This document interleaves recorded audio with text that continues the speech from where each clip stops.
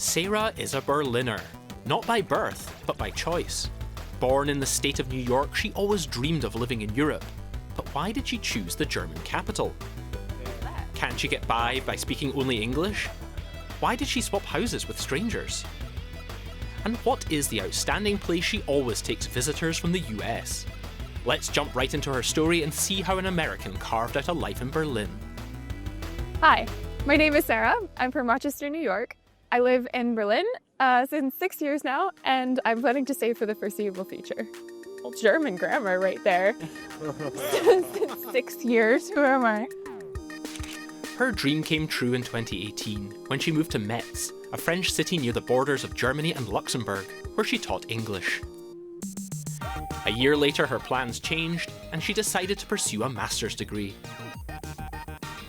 This is where I studied. I did my Master of Public Policy here. When I chose to study in Berlin, I had 3 different options. I had Washington, D.C., Paris, and Berlin. I chose Berlin because it was the least expensive for student life, and also because the program was very focused on professional experience, so that I could get a job after my studies. Sarah's right. Berlin is noticeably cheaper than Paris and Washington, D.C. As a student, she could afford the essentials and little extras and passions like sports and art. And tuition? Far lower than anything she'd have paid in the US. So I think the program in the US, if I remember correctly, was going to be like 60,000 euros or $60,000 for a year, so 2 years of that. Versus the program I was in Berlin was a lot less. It was, I think, 12,000 for a year, which still for a German university is quite a lot, but it was a private school, so. She graduated in 2021. Now she has a job and a flat on the east side of the infamous Berlin Wall, which once split the city in 2. So this is where we are right now, and the red line is where the wall was, and my apartment is here, so definitely deep in the east. Sarah lives with her partner Ollie and their dog Kinu. Hi. Yeah. Kinu, we're not supposed to look at the camera. Hi. Kinu is 2 years old and rules the house. Ollie is British but grew up in Switzerland. The couple moved in together about a year and a half ago, but it took time to find an apartment, because finding a flat in Berlin is tough. Really tough.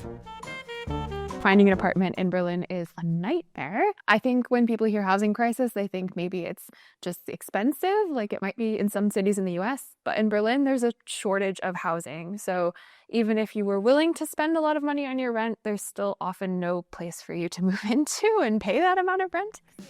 They did something common in Germany but unusual elsewhere. They swapped apartments with strangers. Normally house swap is a kind of a two-way thing, so you have 2 different parties swapping, but our case was a bit more complicated and we swapped 3 ways, so it was like a triangle. So A to B, B to C, and then C back to A, and all on the same day.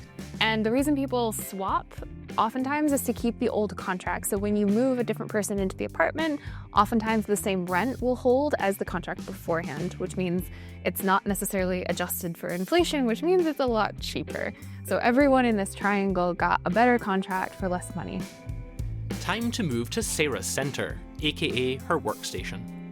She technically has an office in Berlin, but prefers working from home. She works for a global non-profit and is one of the lucky ones who truly love their job. Her studies and German skills helped her land it. As an American in Berlin, I think we oftentimes have this idea that our English is better and therefore we'll get a job faster, but I hate to break it. Everyone speaks English, and you really need a level of proficiency in German to get past, to make you a little bit more unique. What's gonna happen? She's ready. Sarah uses her cargo bike for daily transportation, which is very common in Berlin, especially among families with children and dog owners. She enjoys how dog-friendly Berlin is, and the real treat for dogs is Berlin's nature.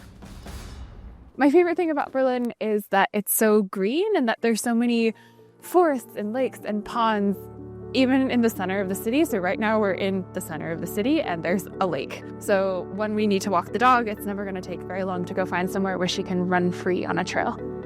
But is Berlin perfect? Like many Berliners, Sarah complains about delays and cancellations in public transport.